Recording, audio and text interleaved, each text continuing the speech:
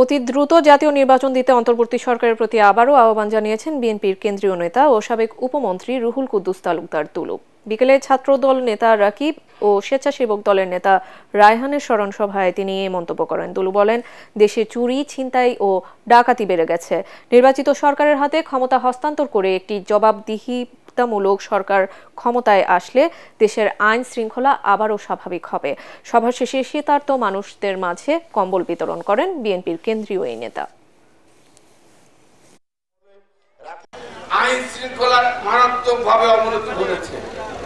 আজকে খুন খারাপি বেড়ে গেছে, সকল ক্ষেত্রে সরকার ব্যর্থ।